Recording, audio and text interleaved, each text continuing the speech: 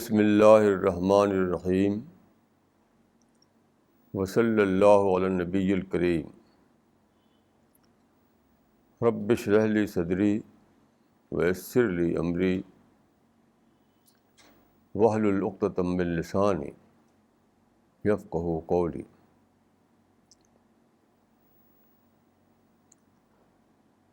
The theme for the present talk is an introduction to Islam.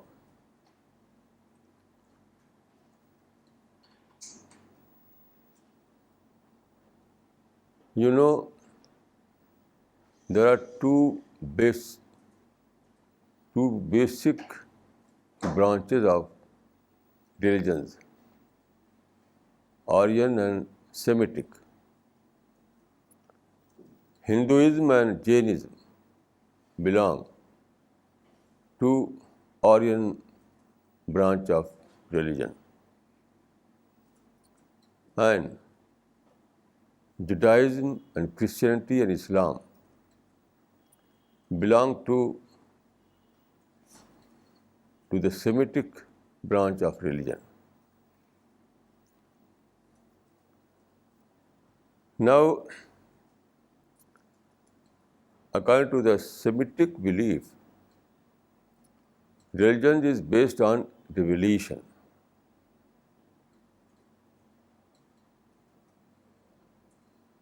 Religion is based on prophetic revelation.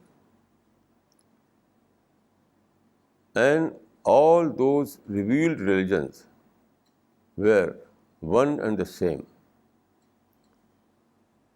God revealed same deen or teachings to every revealed religion. There was no difference at all. Quran says, "La nufarriqu bayna ahadin min rusuli." We are not allowed to differentiate between prophets. All prophets were equally prophet of God, and every prophet was revealed the same religion by God. So, Islam is not a superior religion and not a new religion. The only difference is that Islam is a preserved religion, an authentic version of divine truth. So this is the only difference. Apart from this, there is no difference at all between this religion and that religion. This is the well-established Islamic belief. Now, let us take the religion of Islam. Islam is an Arabic word. Literally, Islam means submission. Submission. According to the Quran, submission is the only religion of both man and the universe. The only difference is that the rest of the universe is following the same religion under compulsion. But man has free will, so man obeyed the same religion by his own choice. This is the difference. Otherwise, submission is the religion of both man and the universe. So, Quran is a preserved text of this divine religion. Then Quran was revealed to Muhammad bin Abdullah. Quran is the sacred book of Islam. Quran is the authentic source of the religion of Islam. And Quran was revealed to Muhammad bin Abdullah. You know, Muhammad was born in Mecca in 570 AD. He received the first revelation in 610 AD. And in this sense, he was the founder of the religion of Islam. Although religion of Islam is not a new religion, but in its present form, it was founded by Muhammad bin Abdullah sallallahu alaihi wasallam. Muhammad was born in Mecca, then he migrated to Medina, and he died in Medina in 632, and he was buried over there.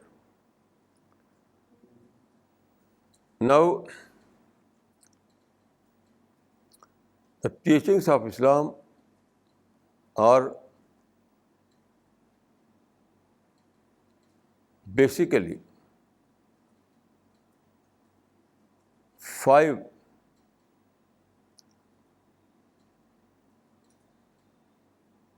Iman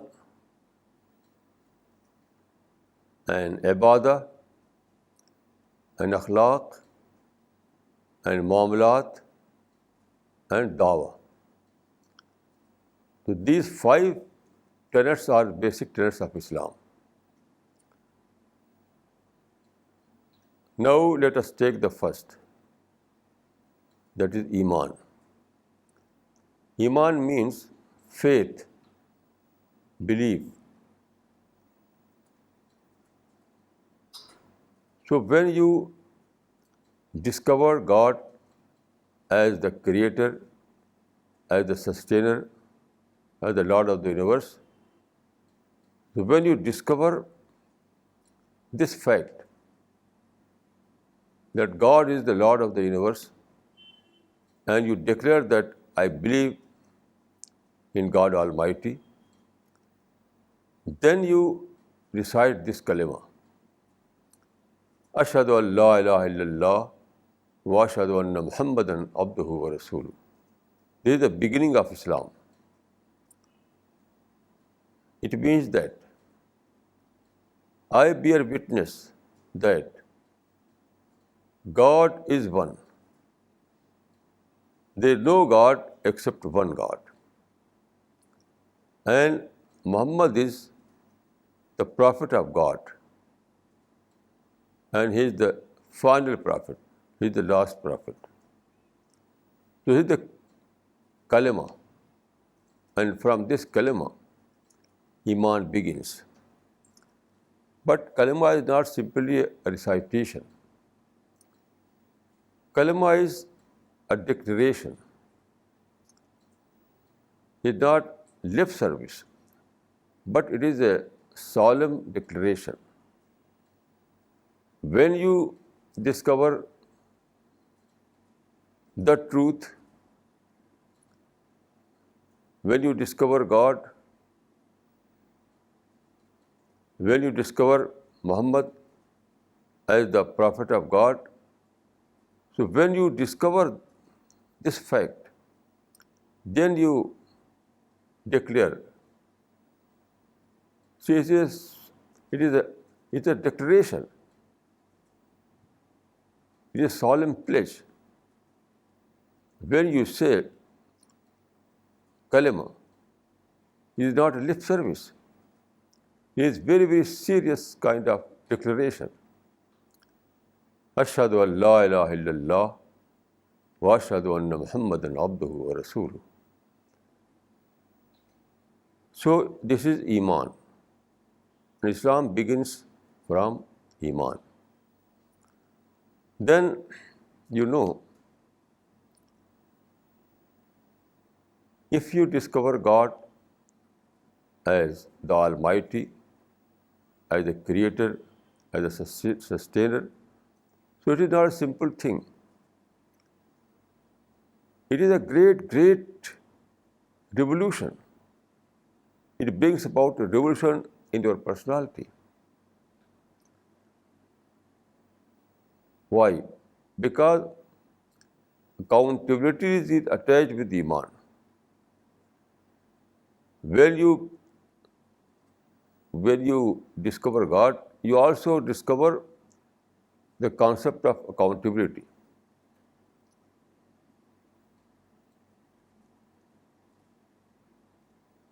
It means that man was not created without purpose. It is mentioned in the Quran that man was not created without any purpose.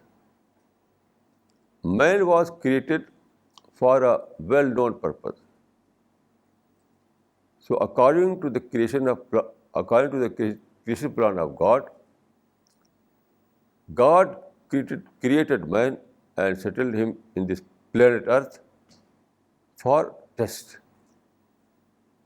So this Earth is a testing place. It is not a place to enjoy. No. Everyone, every man and woman are put on the test. So all those things you see in this earth are test papers. Poverty and richness, power and being powerless. Every situation is a test paper. So this is Iman. So when you say that I believe in God, you say that I am accountable to God. I accept the creation plan of God. Then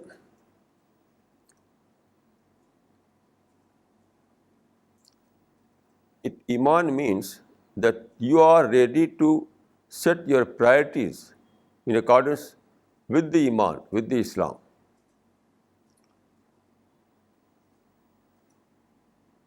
It means to reset your priorities.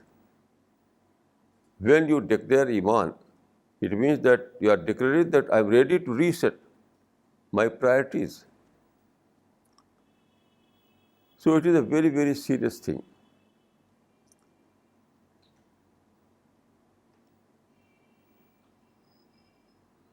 Then there is ibadah. After Iman, Iman is a kind of intellectual development, spiritual development, inner development. Iman is not simply a lip service. It is a storm in your soul. It is an explosion in your mind. Iman is like an explosion. Iman is like an explosion in your mind. Iman brings about great, great change in your soul.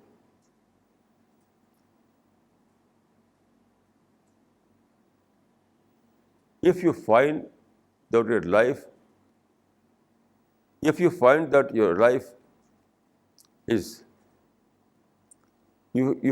that there is no change in your life after Iman, then it was not Iman.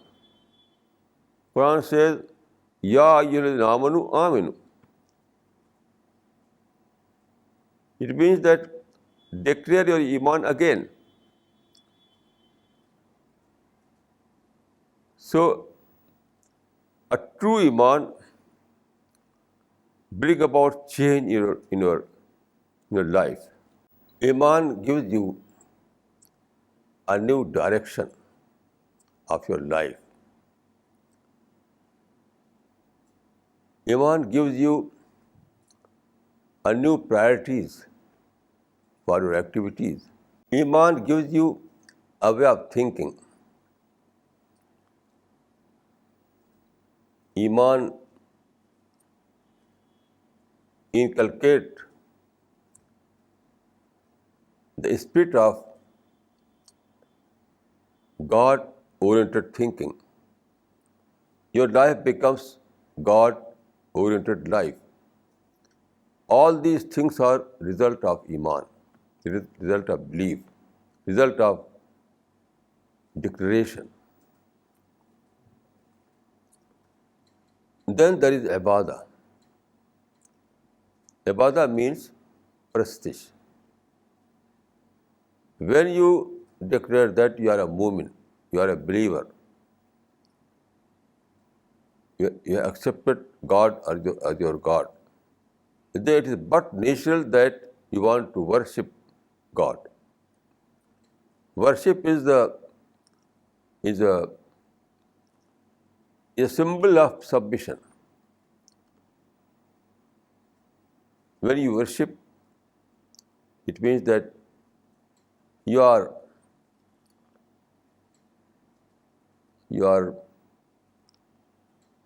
presenting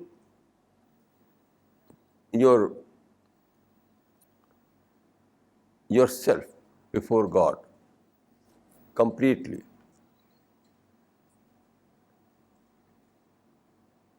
So Ibadah, there is a hadith. What is Ibadah? Ta'budillah ka'annaka tarah. Do Ibadah as if you are seeing God. It means that if you are a true believer, if you are a true worshipper, then your thought becomes so strong that you feel that you are in the presence of God. If your Iman is a discovery, a realization of God, if your worship is a true worship, then you strongly believe that you are living in the presence of God. This is the highest feeling in a soul of a faithful person, in a soul of a faithful person. So Ibadah means that you are seeing God, not directly, but in an indirect. So without spirit, simply form is not Ibadah. Prophet saw man praying. After praying, he came to the Prophet and said, Assalamu alaikum. Prophet said, Irja fasalli, fa'innaka lam tasalli. Return back and worship again, because your worship was not a worship. Prophet saw this man that although he is worshipping, but his worship is simply a worship of form, worship of rituals. It is a spiritless act. So without spirit, there is no Ibadah. Spirit is the crux of the Ibadah. So without spirit, simply form is not Ibadah. So Prophet said, Irja fasalli fa'innaka lam tusalli. Go back and worship again, because your worship was not correct worship. It was spiritless worship. So it is not acceptable to God. So this is the real concept of worship in Islam. In Islam, worship is to establish communion with God. In Islam, the concept of worship is nothing less than communion with God. So you have to be very, very serious. When you are trying to be in the companionship of God, when you are trying to contact with God, then you have to be very, very serious. Very, very serious. Extremely serious.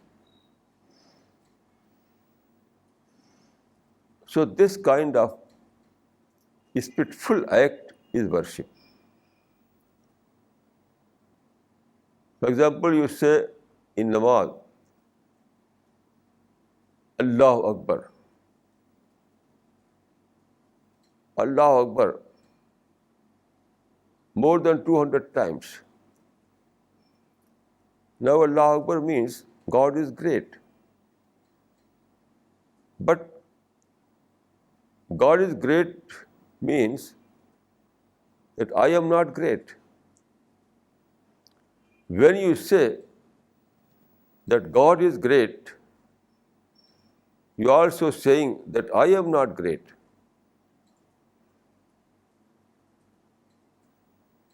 If your thinking is that I am also great, then you are telling a lie when you say Allahu Akbar. So it means that Allahu Akbar is a lesson of modesty.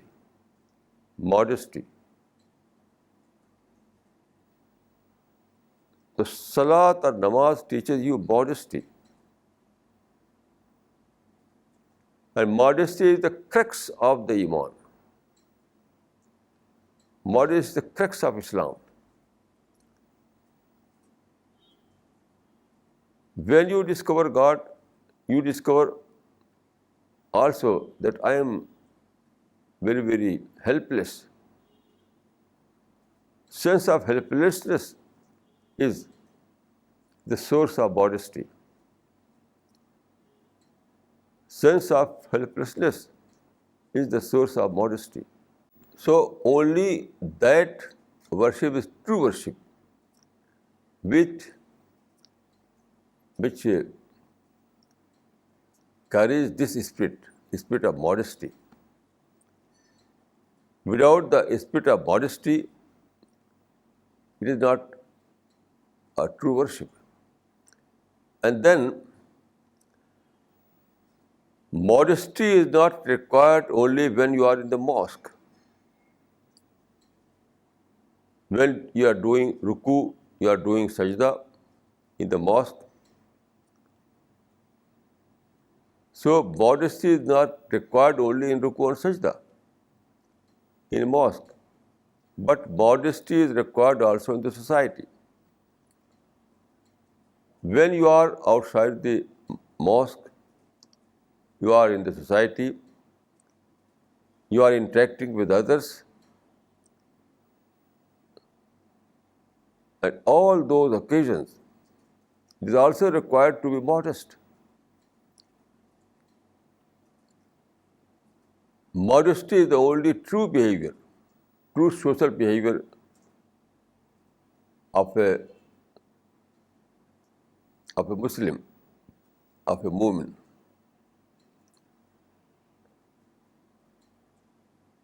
Then, after ibadah, the other teaching is akhlaq. Akhlaq means morality or ethics. Now, what is akhlaq or what is morality? It is the social norms. When you live in a society, you have to follow some values, some good values. When you live in your family, when you live in your neighborhood, when you live in a society with other people, you have to follow some basic norms, some basic social norms. It is this social norm that is called akhlaq or morality. So Islam teaches some moral values, some ethical values. These values are to speak truth. You have to speak always truth. Telling a lie is not allowed in Islam, neither directly or indirectly. Then honesty. You have to be honest every time. Then peace.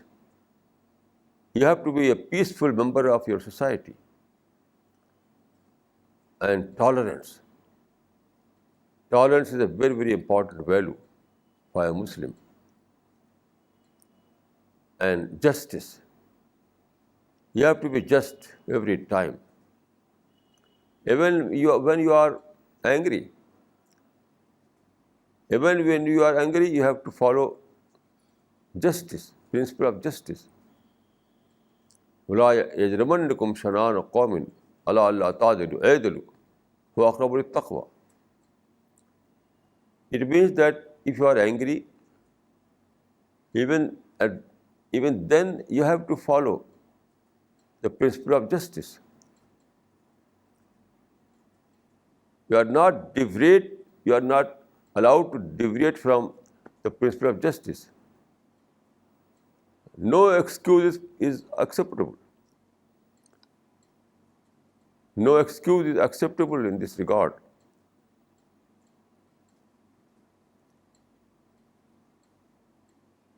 So all these things are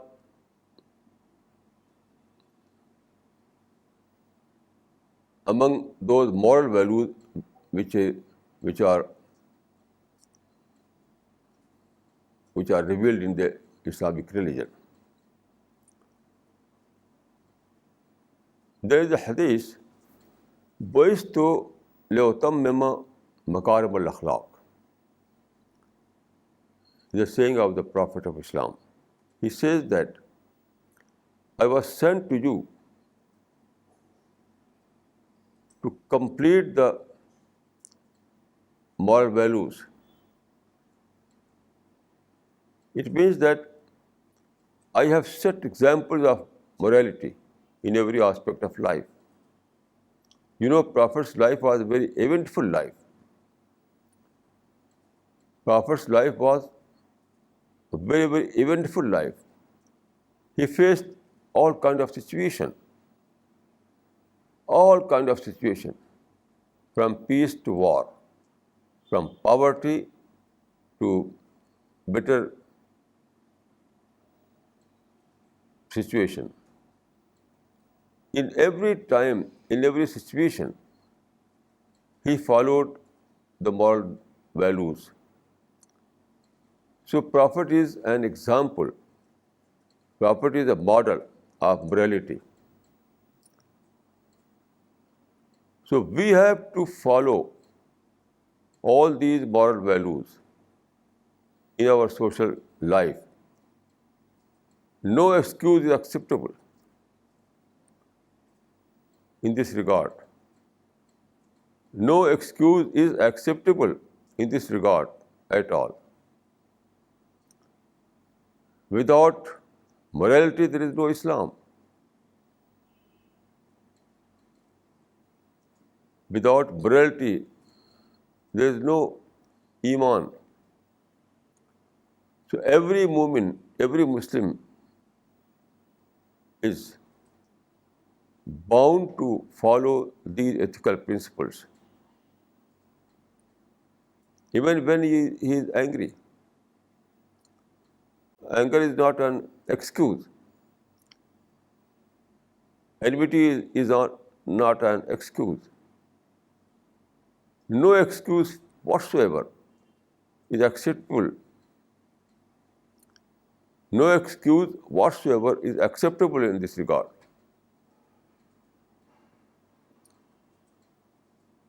So this is akhlaq.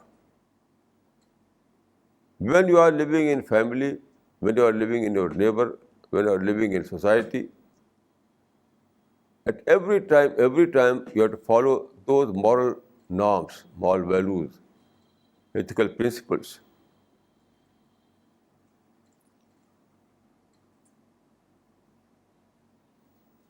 And you know, these are not simply a social principles. The more important part of this is that man is accountable. Man is accountable. You will be, you will be, you will be presented before God, and God will ask you what kind of conduct you observed when you are, when you was in a society, when you were in a society. So this provides a incentive. In Islam, moral values are not simply values, but it entails the incentive. When Islam says that you are accountable, God will ask you about your morality. So it provides an incentive.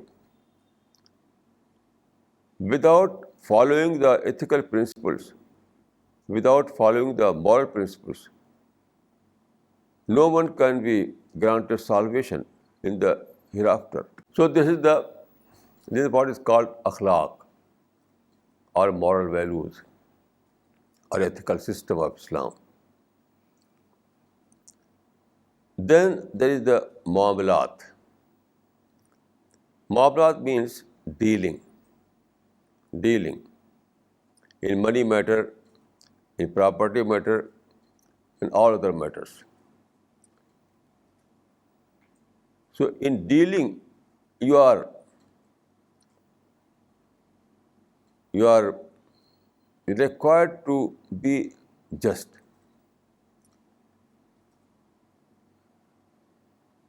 Your dealing must be under the your dealing must be honest dealing, just dealing.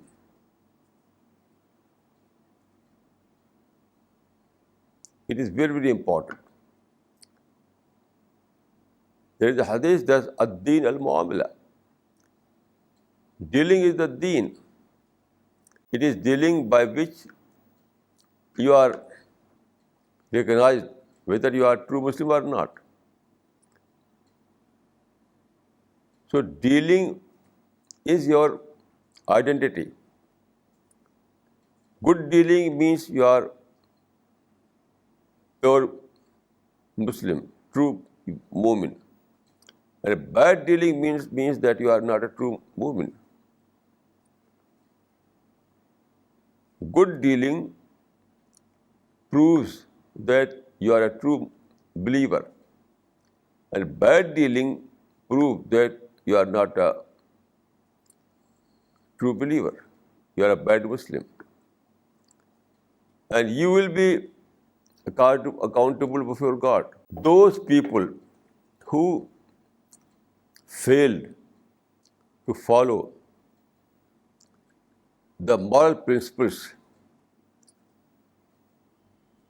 given by God will not find entry into the paradise. Paradise is for those people who have proved that they are men of character, who are just person.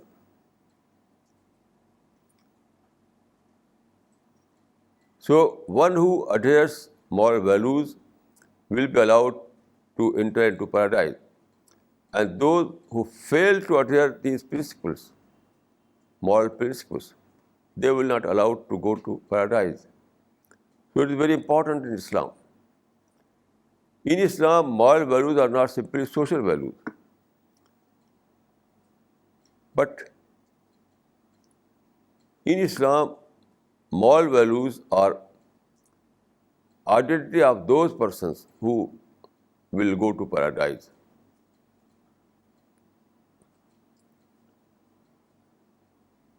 So dealing is very important in Islam. Very, very important. Just dealing, honest dealing is the most important part of Islam. Without just dealing, without honest dealing, you cannot say that you are a Muslim. No.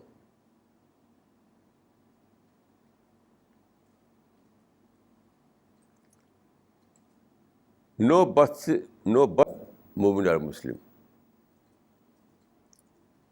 Simply a birth certificate. Only a birth certificate cannot give you the title of Muslim. When you adhere the principle of Islam, when you follow the teaching of Islam, then you are a Muslim, then you are mu'min. Then the fourth tenet is dawah. Dawah is also a very important principle of Islam. Dawah is a duty towards other people. Dawah means the truth you have discovered, you have to convey the truth which you have discovered to other people.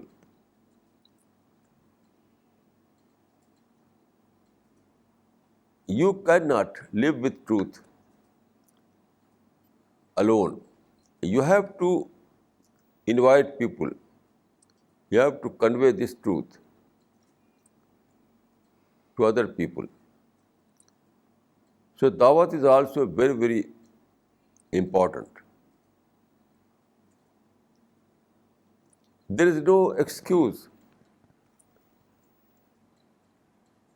No excuse can be acceptable if you fail to do dawah work. Dawah work is a duty of every mu'min and Muslim towards other people. Now, what is dawah? Quran is a book of dawah. If you want to know what are the principles of dawah, what are the tenets of dawah, you read the Quran. The whole Quran is a book of dawah. Quran gives you all the details of dawah. The most important aspect of dawah is that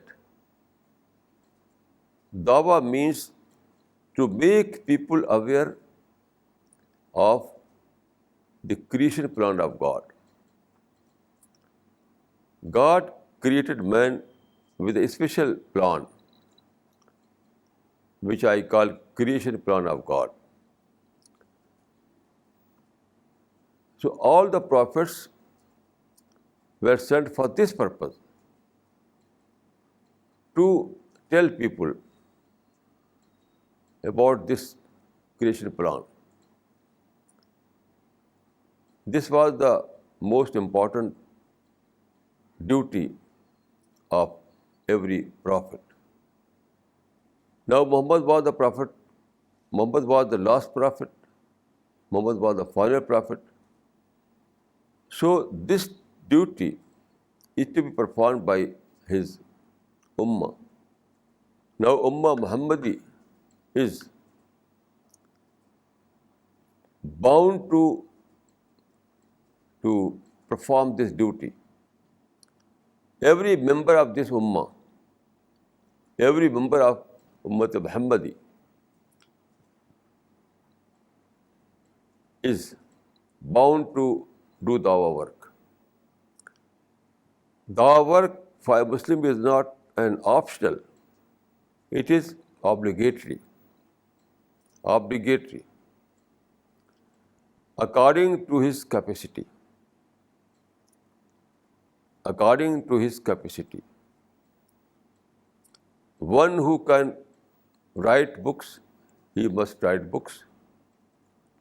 One who can speak, he must deliver speeches. One who cannot speak and cannot write, he must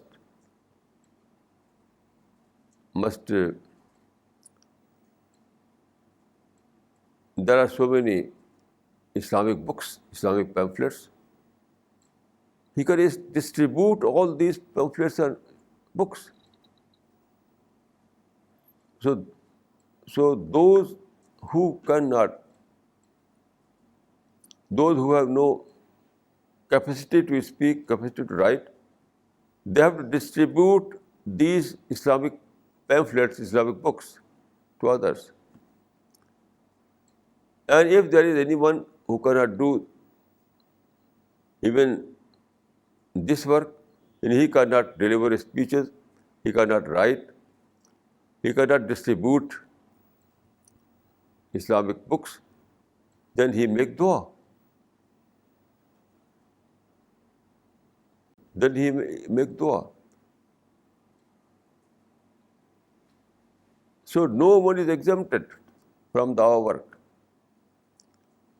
Either you have to speak, either you have to write, either you have to distribute Islamic literatures, or you have to make dua. So no one is exempted from this dawah work. Dawah work is a duty of all mu'min, all the mu'min and all the Muslims.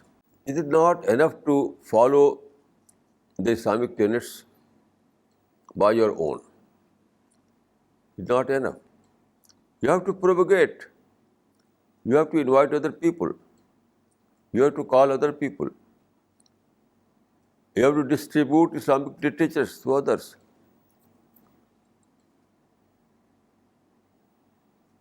So it is very, very important, and there is no excuse will be acceptable in this regard.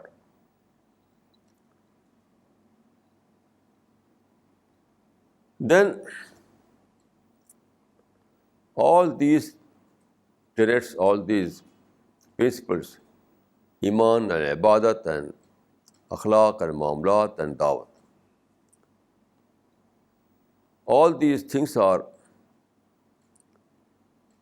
a training course for you, including dawah. Dawah is also a training course for you. So the most important aspect in Islam is tazkiyah. Tazkiyah means purification. ذَلِكَ جَزَاءُ مَنْ تَزَكَّى. Paradise will be given to those who are purified soul. So you have to purify your soul. You have to purify your personality. You have to purify your mind and heart. So all these things are helpful for you in this process of purification, including dawah. So it is very, very important to know that only purified soul will find entry into paradise.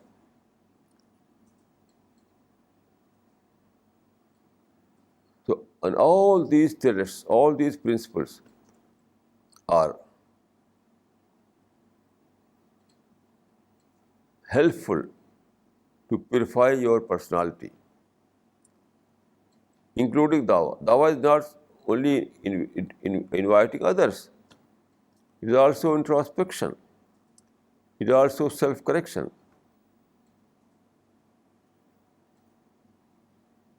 When you interact people, when you dialogue people, when you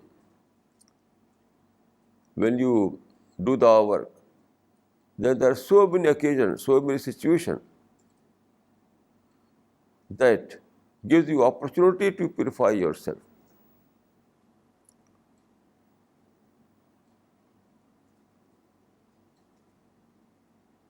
For example, Quran says, وَجَادِلْهُمْ بِالَّتِي هِيَ أَحْسَنُ. Do the work in a beautiful manner. Do the work in a beautiful manner. And what is that beautiful manner? It is also mentioned in the Quran. فَهَذَا الَّذِي بَيْنَكَ وَبَيْنَهُ عَدَاوَةٌ كَأَنَّهُ وَلِيٌّ حَمِيمٌ. This is a beautiful manner. You have to do the work in a beautiful manner. And that beautiful manner is responding positively even against negative behaviors. Responding positively even in negative behaviors.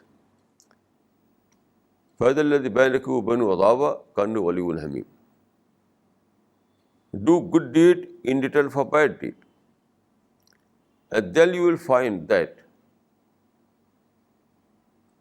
one who was your enemy, he will become your dearest friend.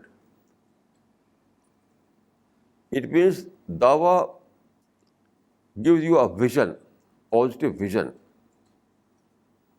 The work gives you a positive vision. And what is that positive vision? To see enemy as your friend. To see enemy as your potential friend. This is the vision of Dawa, vision of Dai.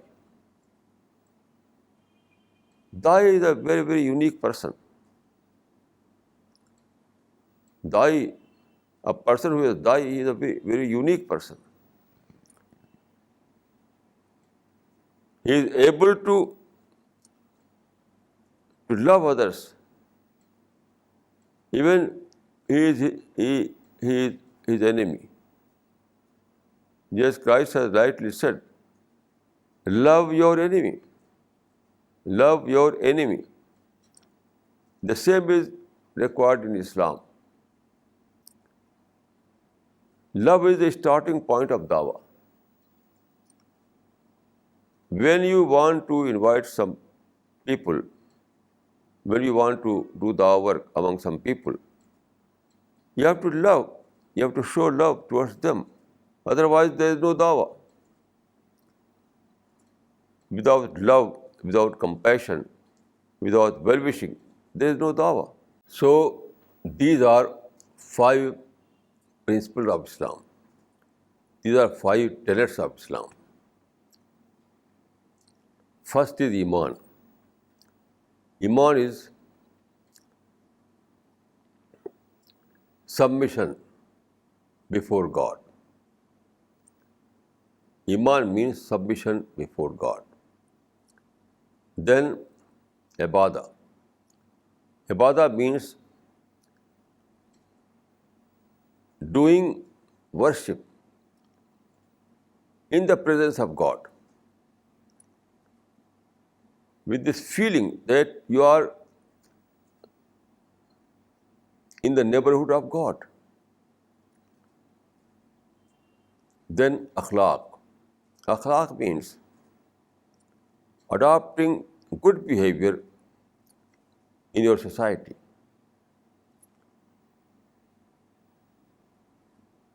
Living as a predictable person in your society. This is akhlaq. Then ma'amalat. Ma'amalat means good dealing, just dealing, honest dealing.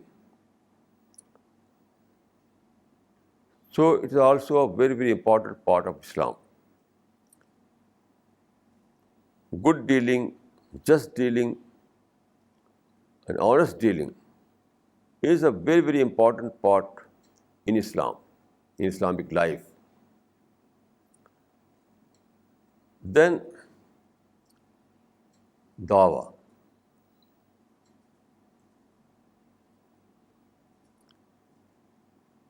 Dawah means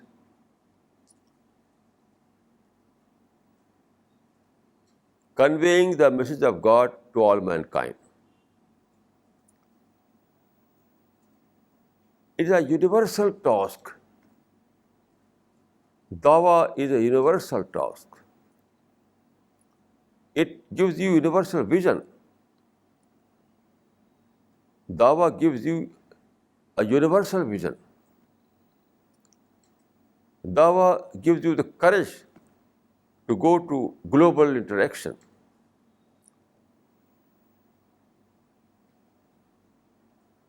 Dawah makes you a superhuman being. Dawah makes you friend of all, even your enemy. So Dawah is a very, very important aspect of Islam. So these are the 5 basic tenets of Islam: Iman, Ibadat, Akhlaq, Maulat, and Dawah work. This is called Dawah fi Sabilillah. Without following these 5 principles, nobody is a true believer. Without following these 5 principles, no one is a true believer or a true Muslim. So it is a duty of every Muslim to know the details of these 5 principles. You can find the details in the Quran, in the Hadith, in the life of the prophets, in the lives of the companions.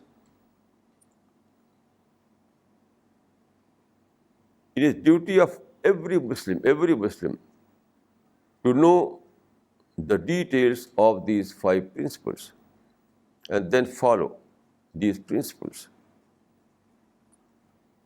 Iman, Ibadat, Akhlaq, Maulat, and Dawah. These 5 principles makes you a true character, a true human being. These 5 principles make you a true human being who is able to find entry into the paradise. Those who will be blessed with paradise. So these qualities are of those people who will be blessed paradise in the hereafter. So you have to study the Quran and Hadith. You have to know all the details of these principles so that you may follow with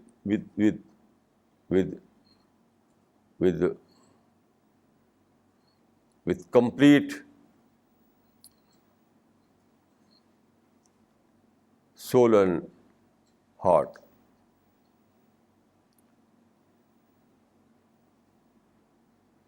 This is the Islam which was revealed to the Prophet of Islam in the first quarter of 7th century. أقول قولي هذا وأستغفر الله لي ولكم أجمعين.